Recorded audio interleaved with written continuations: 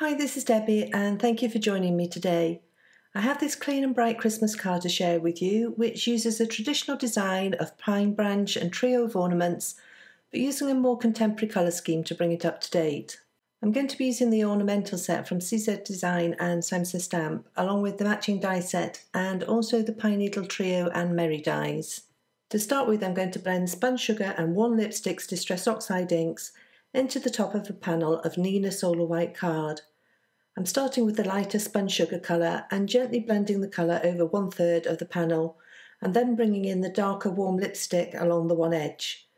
I'm using light circles of pressure and slowly blending the two colours together to get a pink ombre at the top of the white panel. I then splattered a dilute pink watercolour mixture over the top of the panel, but found that the dilute mixture reacted with the Distress Oxide to leave white rather than pink splatters. So I mixed a deeper pink and splattered that before dabbing off any excess with a paper towel. Next, to get more variation in colour, I'm now using a small blob of white gouache and mixing with just enough water to enable me to splatter it over the panel too. Gouache is an opaque watercolour and so these white splatters will show up well over the pink. I also have this beautiful iridescent gold watercolour from Daniel Smith. Again, I created a mixture with a little water until it was just thick enough to splatter over the panel. I think the pink, gold and white colours are such a fresh colour scheme for Christmas, and so rather than cutting the pine needle trio from green card, I cut them from Nina Solar White card instead. Before I start adding the branch to the card, I need to leave the background to dry, so let's move on to the baubles instead. I'm using a piece of Crafter's Companion Gold Dust card which has a lovely bright gold shimmer to it. I've placed a piece of the gold card in the Mini Misty and lined up the ornament stamp. I treated the card with an anti-static powder bag to help prevent embossing powder randomly sticking to everywhere. I then stamped the ornament twice in clear embossing ink from Samsa Stamp to make sure I had a good impression. I then sprinkled with white embossing powder before using a preheated heat tool to melt the embossing powder. I then placed the card back into the Mini Misty and added a snowflake accent to the bauble.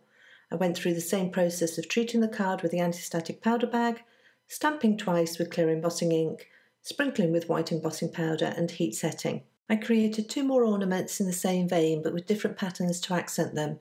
In the ornamental set there are a number of accent images to add to your decorations. Then it was time to die cut these baubles. You can line up the matching die to the stamped image, hold it in place with washi tape and run it through your die cutting machine.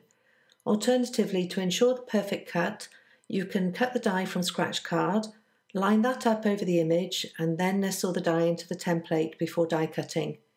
Equally, you don't necessarily need the matching dies as the simple shape is easy to fussy cut too. The layout for this card is starting to come together now. Before I forget, I want to trim the background panel down slightly. It started out as the same size as an A2 card front and I want to trim off a little off the edges so that I can foam mount it onto a white card base and there will still be a small border showing around the edges. Before we get to putting this card together though, I want to take the elements up a notch. For the Pine Needles trio dies which are forming my branch, I'm coating these in Nuvo Deluxe adhesive and then dunking them in a big tub of Rock Candy Distress Glitter from Tim Holtz. This gives them a beautiful sugary sparkle and is my favourite way to add glitter at this time of year. Next, I want to add some shine to the ornaments. I'm using Nuvo Crystal Glaze and using the fine nozzle to draw within the embossed lines and then filling in with the liquid glaze. To ensure I have the glaze right to the edges of the embossed lines, I'm using a craft pick from Tim Holtz and move the glaze around where I want it. You can also use the pick to lift excess glaze if you've gone slightly outside the lines as I did on this ornament.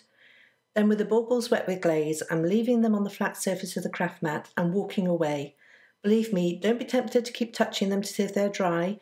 Walk away until the glaze has fully dried and gone from a milky colour to crystal clear, and if you do, you'll be left with a beautiful smooth as glass shine to your ornaments. Now it's time to put the card together. I've added foam adhesive to the back of the panel, and then adhered the panel to a Nina Solar White card base. I've then cut tiny thin strips of foam adhesive and added those to the back of the pine needle die cuts along the thickest part, which is the stem of each sprig, and then added these to the card. I've added more foam adhesive to the back of the baubles, and I added a double layer to one of the ornaments so that it stood slightly in front of the one it overlapped. Moving on to the sentiment, and I'm using the Merry dies from CZ Design and Samsa Stamp. This die set comes with the modern script word and then a shadow die to mount it on. For the Merry word, I blended Warm Lipstick Distress Oxide onto white card and then die cut the word from the pink card. I then added Nuvo Deluxe adhesive to the back of the word and added that to the shadow die cut, which I cut from white card. I then foam mounted the sentiment, nestling in the gap I'd left between the ornaments. Finally, to embellish the card, I started with a few gold sequins from Little Things from Lucy's cards and kept those in place with Nuvo Deluxe adhesive. I then added Nuvo droplets in Rosewater, Morning Dew and Simply White. I kept dotting droplets and sequins around to add lots of interest to the background and really finish off this contemporary take on a traditional design. I'll leave links in the YouTube description below to the products that I've used today, as well as a link to the coordinating blog post over at limedoodledesign.com. I want to thank you for joining me today, and if you've enjoyed this tutorial, I'd be delighted if you subscribe to this channel. Thanks, and I'll see you next time.